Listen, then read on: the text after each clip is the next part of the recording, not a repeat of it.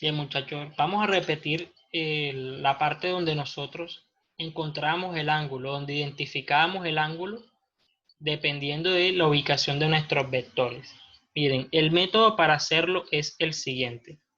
Ustedes dibujan los vectores, ubican sus vectores así. Ustedes ven que el ángulo ahí o el vector de fuerza se ubica de esta forma. ¿Listo? Ahí tenemos el vector de fuerza de 50 newton. Listo, ahora tenemos el vector de desplazamiento que se dirige totalmente horizontal en ese sentido. Y su valor es de 120 newton. Para ustedes encontrar el valor de alfa, ustedes deben unir los puntos de origen de ambos vectores. Listo, el ángulo se encuentra uniendo estos dos puntos de origen. ¿Sí? El resultado de que ustedes unan esos dos puntos de origen es el siguiente. Listo, ubicamos acá nuestro valor de fuerza. Desde su punto de origen venimos y nosotros ubicamos el vector de desplazamiento y este ángulo que se forma entre ellos dos es el valor de alfa de la fórmula. ¿Sí? Ese es el valor de alfa, pero ¿cómo ustedes encuentran alfa? Ustedes deben basarse en los datos que tienen de su problema. ¿Listo? Y en su problema, el ángulo teta, tienen que ubicarlo bien. ¿Listo? Ustedes se ayudan de los cuadrantes para identificar bien dónde está ubicado ese valor de teta y la forma en la que pueden ayudarse para encontrar finalmente el valor de alfa. Miren, esa fuerza tiene esta misma línea de acción de aquí, que se ve toda torcida, pero vamos a colocarla bien acá.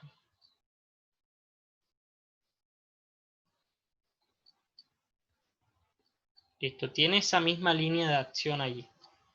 Ahora, el ángulo teta, si ustedes se fijan, el ángulo teta allí va a tener, va a estar ubicada acá de esta forma.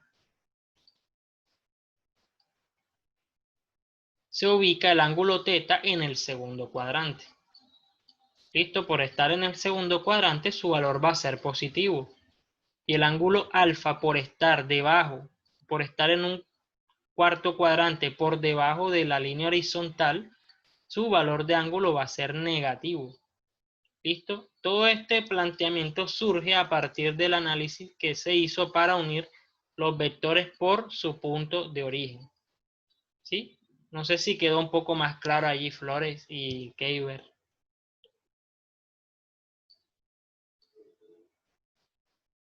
Keiber. Profesor, sí, ya me quedó claro cómo se ubica. Ahora, ¿me Uh-huh. podría decir qué cuadrantes son negativos y qué cuadrantes son Ah, positivos? listo, claro, cómo no. Bien, cuadrantes, ¿cuáles son los cuadrantes positivos? El primero y el segundo. Y el segundo. ¿Cuáles son negativos? El tercer cuadrante y el cuarto cuadrante. O sea, esto es un plano cartesiano común. Listo, todo lo que se encuentre por acá, aquí van a ser ángulos positivos y los que tenemos acá van a ser ángulos negativos. Esto hablando del ángulo, claro está. Entonces, buena pregunta ahí para aclarar, Keiber. No estaba tan obvio, la verdad. Entonces, bien, los cuadrantes positivos van a ser el primero y el segundo, los negativos el tercero y el cuarto. ¿Sí? Esta es la forma en la que ustedes ubican allí sus ángulos o los datos que tengan angulares para encontrar el respectivo valor de alfa. Ustedes aquí deben basarse de conocimientos de geometría.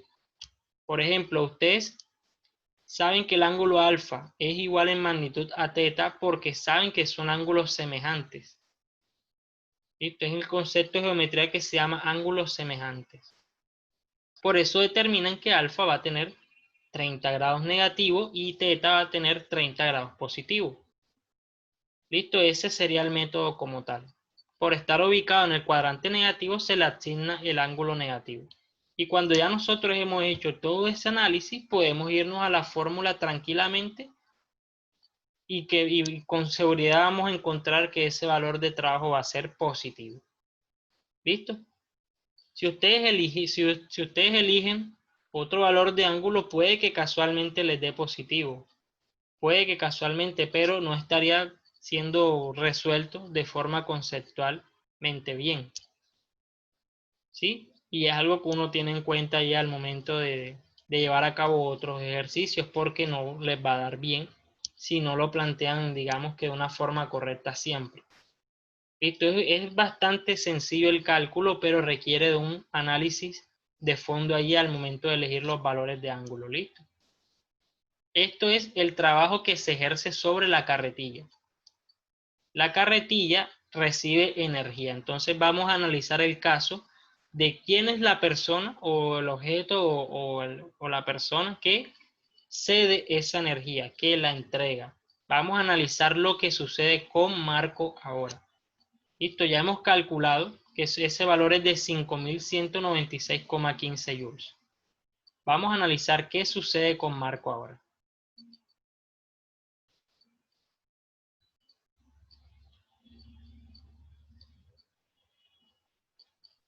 Va a disminuir la energía de él. Exacto, la energía, él la cede. Entonces, cuando un objeto, cuando una persona cede energía, su valor de trabajo es negativo. Listo, por convención, eso debe ser así. Entonces, vamos a hacer el diagrama de cuerpo libre ahora de Marco. Y para ello nosotros ubicamos sobre Marco las fuerzas que se ejercen sobre él. Entonces dibujemos a Marco acá nuevamente. Listo, ahí tenemos a Marco.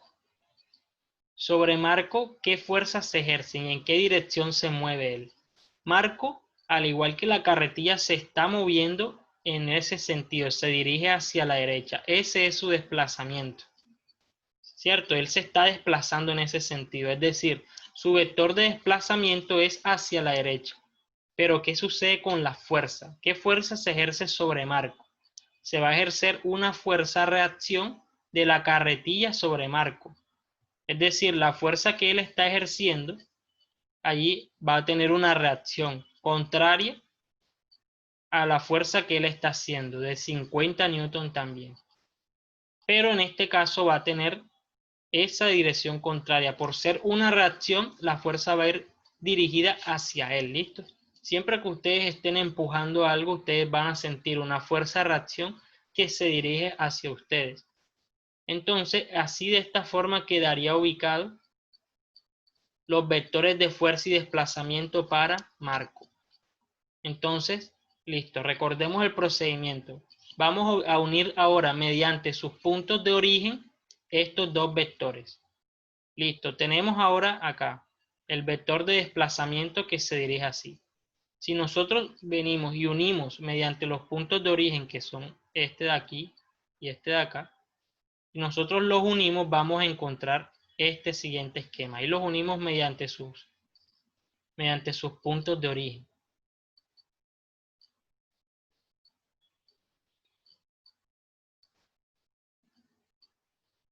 El ángulo que se forma entre ellos es el ángulo alfa. ¿Sí? Ese es su valor de ángulo. Entonces nosotros venimos y ubicamos nuestros cuadrantes allí. Segundo cuadrante, o sea, va a ser positivo. Exactamente, ese ángulo alfa va a ser positivo. Listo, muchachos. ¿Dónde nosotros ubicamos nuestro valor de teta?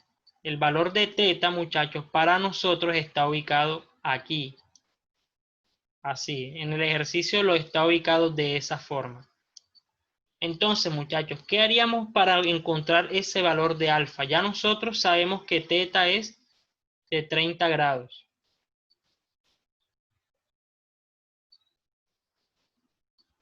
Vamos a escribir ese número mejor. Teta tiene 30 grados, muchachos.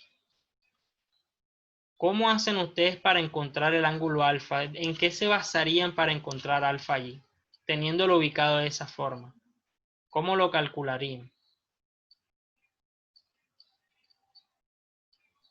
En que este también podría ocupar el cuarto cuadrante, podría haber partido de ahí, ¿no? ¿Cómo así? ¿Cómo así? O sea, de que se completaría la línea de que viene por el cuarto cuadrante, ¿no? Por el cuarto O, cuadrante. O sea, el cuarto cuadrante exacto, es este de acá. exacto. Entonces, no sé, diría que se completaría una línea que viene de ahí hacia arriba. O sea, listo, déjame, yo ubico aquí un poco. O sea, tú quieres continuar la línea de acción esta de aquí, así. Exacto, no. Ajá, ¿y cómo te ayudaría eso a encontrar alfa? O sea, tú ubicas, o sea, lo que yo vamos a intentar construir, listo. Este es teta también, va a tener el teta negativo allí. Pero ¿cómo encuentras alfa como tal? Ahora, el ángulo semejante a alfa allí es este de acá, allí. Este es el ángulo semejante a alfa, listo. Pero ¿cómo lo encontramos? Listo, ya planteamos lo que está en el cuarto cuadrante. ¿Cómo hacemos para encontrar ese valor de alfa a partir de esos datos iniciales? 180 grados menos 30 grados. Esa es una estrategia. ¿Qué dice Keiber, muchachos? Keiber dice, profe, es sencillo porque yo estoy viendo allí que alfa y teta suman 180 grados porque los dos juntos forman lo que se llama un ángulo llano. Un ángulo llano es igual a 180 grados. Keiber dice lo siguiente, muchachos, que teta más alfa es igual a 180 grados.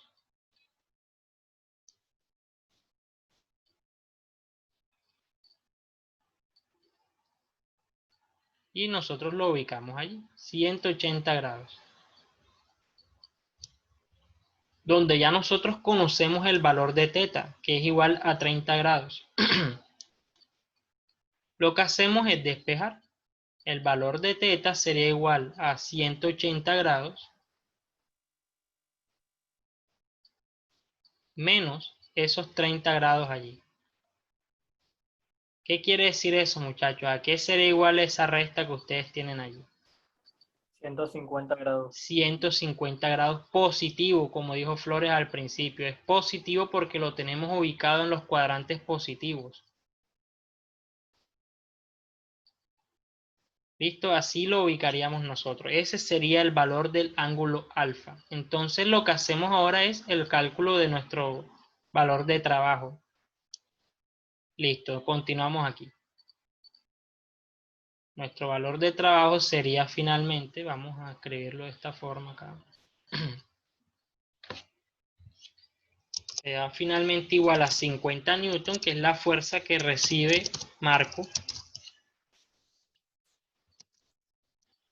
por el desplazamiento de Marco, que también es de 120 metros.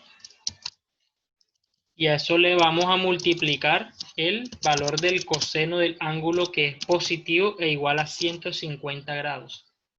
Muchachos, si nosotros efectuamos esa operación como está allí, ¿qué resultado obtendríamos para el valor de trabajo? Menos 5196.15. Menos 5196,15 newton. ¿Qué quiere decir esto? Que hemos confirmado que mediante este análisis nosotros podemos decir que esa persona que Marco ha cedido energía en forma de trabajo a la carretilla para desplazarla. Y el significado de que sea negativo, muchachos, es que él ha sido quien ha cedido la energía. Él la entregó y por eso su valor de trabajo va a ser negativo. El trabajo que él Profesor, ejerció sería negativo. entonces yo no tengo necesidad de calcularle eso, ¿Por qué? porque resulta que si yo, por ejemplo, empujo dicha cuerda, yo le estoy ejerciendo una energía a esa cuerda, Ujú, pero a la vez, esa energía que le estoy ejerciendo la estoy perdiendo yo. Entonces, exactamente. ese valor que yo le di es el que yo perdí, por eso va a ser negativo. Exacto, lo que tú afirmas es totalmente correcto. Y eso es algo que se llama conservación de la energía. Lo que dice Flores es eso, profe, yo puedo evitar ese cálculo diciendo que yo la energía que recibe esa carretilla es la misma que yo entregué. Y yo conceptualmente puedo afirmar que eso es así porque se está cumpliendo la ley de la conservación de la energía. Entonces es correcto lo que dice Flores. Sin embargo, nosotros hacemos el cálculo. Yo lo efectúo acá es para explicarles a ustedes cómo es la interacción de energía con respecto al trabajo. ¿Sí?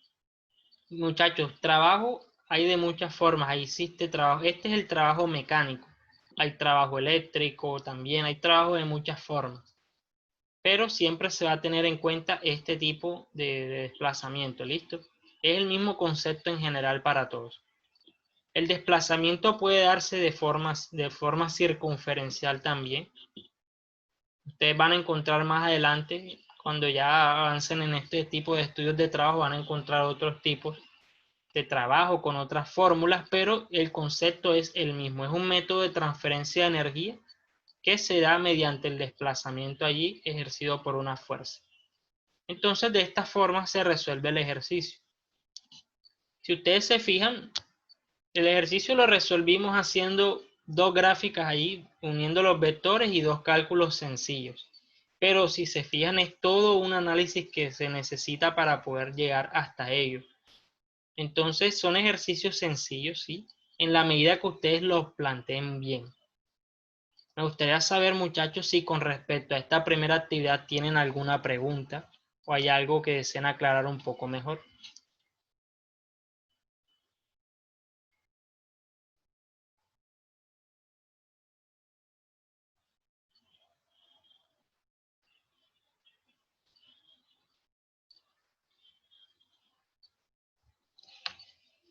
O sea, de pronto si la señorita Abigail Madera tenga alguna pregunta, o James, o el señor Alejandro Donado,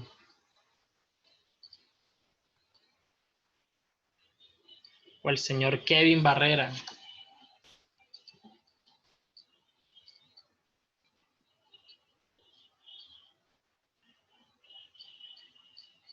Yo les escribí una segunda fórmula allí,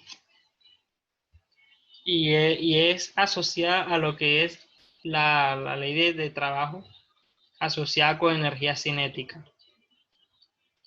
Se dice también, muchachos, eso es una ley, que la diferencia de energías cinéticas que se da en ese desplazamiento va a ser igual al trabajo que se efectúa sobre el cuerpo allí. ¿Listo? Eso también, ese es un teorema, el teorema del trabajo, el teorema del trabajo y energía. ¿Por qué? Porque nosotros tenemos una velocidad en el punto inicial, vamos a tener una velocidad en el punto final. Son cuerpos que se desplazan con un valor de masa.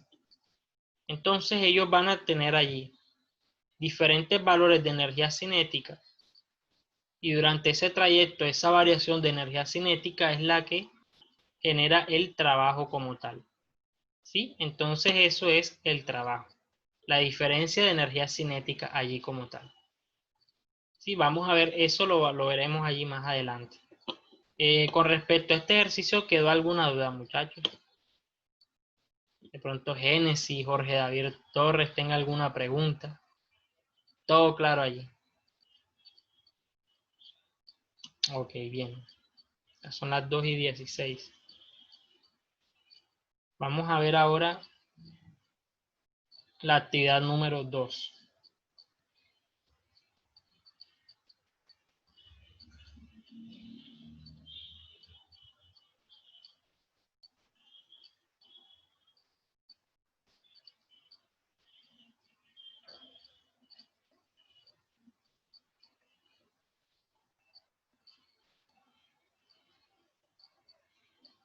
Bien, muchachos, en esta actividad número 2, ¿qué tenemos nosotros? Tenemos un camión que viaja cargado, que pesa 11.000 kilogramos, es decir, es un camión pesadito. Su potencia máxima es de 300 vatios. Nos preguntan que cuánto demoraría en acelerar de 0 a 80 kilómetros por hora en por una carretera horizontal. Eso es lo que nos pide ahí. Y bueno, hablemos un poco de qué es eso de potencia. Muchachos, la potencia es la relación que existe entre cuánto tiempo nosotros empleamos para gastar o ejercer cierto tipo de trabajo. ¿Listo? ¿Por qué? Porque yo les colocaba un ejemplo allí. En el video de la sección 1 hay un ejemplo de unos caballos que ellos se desplazaban allí de un punto inicial igual a un punto final igual. Pero el primero lo hacía más rápido. El primer caballo se movía mucho más rápido, ejercía todo su trabajo más rápido. Es decir, ese primer caballo está teniendo un valor de potencia mayor. Y eso es lo que habla la potencia. La potencia, muchachos, es la relación que hay entre cuánto se demora una determinada situación en ejercer un trabajo. Esto tenemos que la potencia es igual entonces al trabajo ejercido o que se ejerce sobre una determinada cantidad de tiempo. Eso es el trabajo. ¿Cuánto tiempo nos gastamos nosotros en gastar un cierto valor de energía? Y ya cuando hablamos de potencia, ya es un valor más conocido por ustedes. De pronto, los que tengan la oportunidad de ver en sus dispositivos de electrodomésticos, siempre van a encontrar un valor que dice, por ejemplo, potencia de 30 vatios, potencia de 80 vatios. Eso es cuánto tiempo demora consumiendo un valor de tipo de energía. Entre mayor sea ese valor de potencia, más rápido consume energía. ¿Listo? Es muy importante ese valor de potencia. Por ejemplo, si nosotros tenemos una luz o tenemos un foco con una potencia mayor al otro, dos focos allí, el primero va a consumir rápidamente, más rápido, energía que el segundo. Entonces son conceptos allí importantes allí. La potencia es esa relación entre esa energía que se gasta o se cede entre el tiempo que se gasta ahí en gastar la energía o cederla, ¿listo? Esa es la potencia. Entonces nosotros tenemos acá un camión, vamos a dibujar nuestro camión. Recordemos que, bueno, vamos a hacer la extracción de datos inicialmente. Listo, tenemos que nuestra masa para este caso, nuestra masa es de, vamos a colocarla, es de 11.000 kilogramos. Listo, tenemos que su potencia máxima es de 300 vatios. Es importante aclarar que los valores de potencia varían. Listo, son pocos los electrodomésticos que mantienen valores de potencia fijos. Entonces, nos preguntan que cuánto demora en acelerar desde una velocidad inicial, es de 0 kilómetros por hora,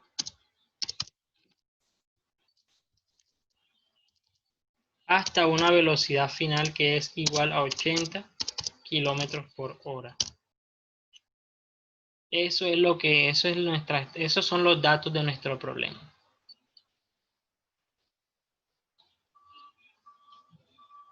Listo, prosigamos acá. Haciendo un primer esquema de nuestro problema. Aquí podemos tener nosotros, ubicamos allí un camión. Ese camión se está desplazando, podemos suponer el sentido de desplazamiento, podemos suponer que se está desplazando en ese sentido allí. Y esos son los datos de nuestro problema. Lo que yo les había dicho inicialmente es el teorema del trabajo y la energía. Eso afirma, muchachos, que si ese cuerpo se desplaza desde un punto inicial aquí, él viene y se desplaza ahí hasta un segundo punto,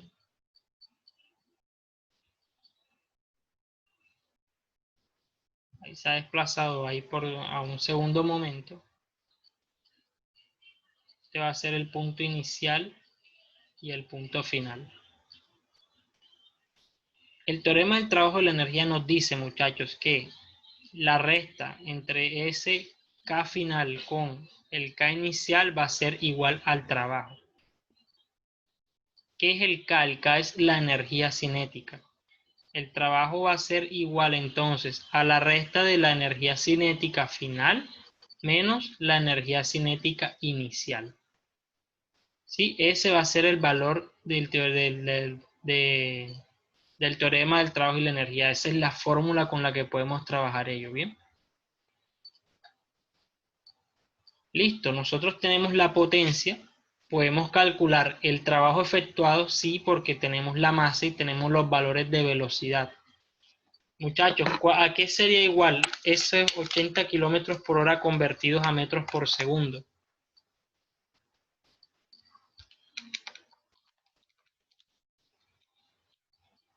$80.000 metros sobre segundo. O sea, 80 kilómetros por hora. No. Ajá. Ya lo calculé. Me estaría volando el horas. Ajá. ¿A qué sería igual ese valor de velocidad ahí?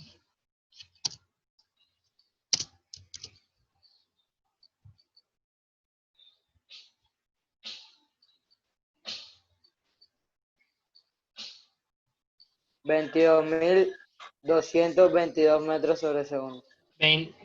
Ahí sería 22,22 metros por segundo, no 22.000. Ok. Tengan cuidado al momento de identificar bien sus calculadoras cuál es el punto y cuál es la coma y cuál es el punto de unidades de mil. Deben diferenciar eso bien. Entonces, listo. La velocidad final de ese cuerpo va a ser 22,22 metros por segundo. Sería así.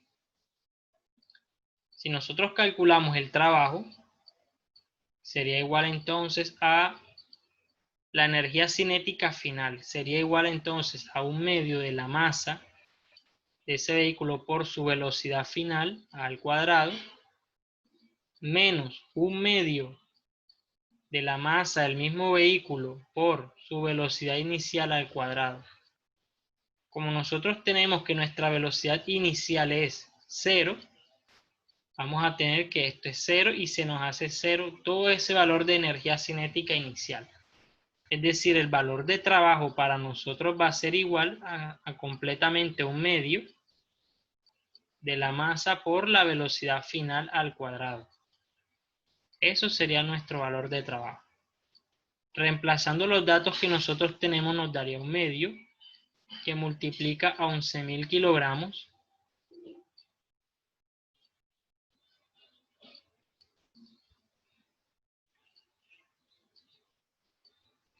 y eso lo multiplicamos por la velocidad al cuadrado que lleva en ese instante final, que es de 22,22 metros por segundo. Al realizar esa operación allí, muchachos, ¿qué resultado obtendrían ustedes? Que no se nos olvide elevar. ¿Qué resultado se obtendría de esa operación allí?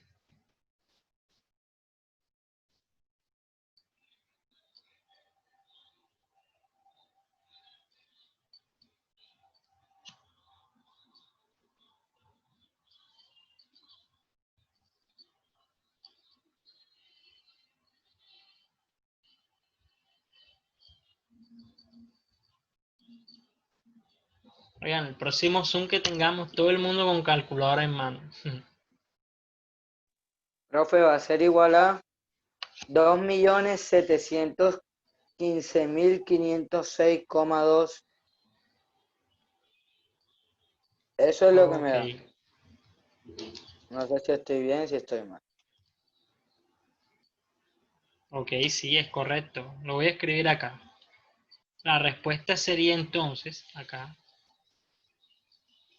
Voy a escribirlo mejor así, tecleado.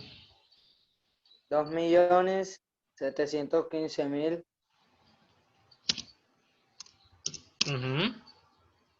715.506,2.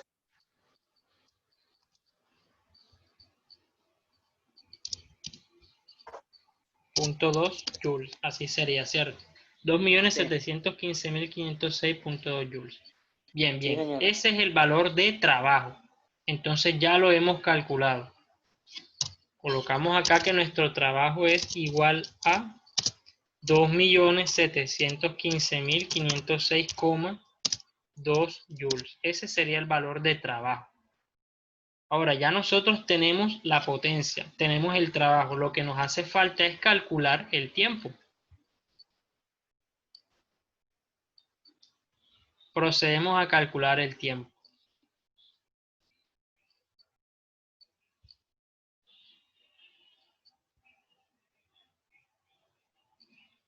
Listo, vamos a tener que nuestra potencia es igual a W, es decir, el trabajo sobre tiempo. Al despejar el tiempo vamos a tener el trabajo W que divide a ese valor de potencia. Es decir, vamos a tener ahí en el numerador el valor de trabajo que hemos calculado en este momento, que es 2.715.506 2 joules. Eso divide al valor de potencia, que es de 300 watts.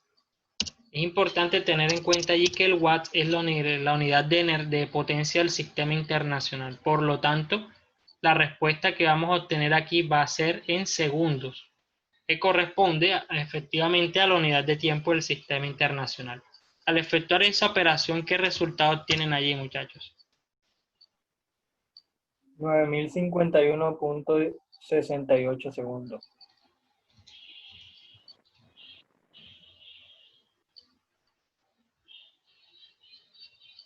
Ok, bien. Obtendrían 9051,68 segundos.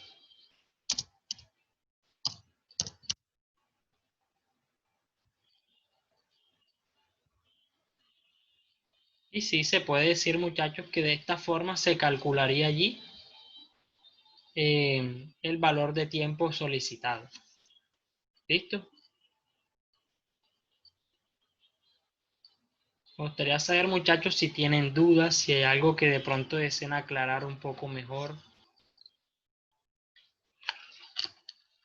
Si les quedó claro el procedimiento, muchachos. ¿Tienen alguna duda al respecto? Todo claro, profesor. Todo bien, bien explicado, profe. Listo, ok, bien.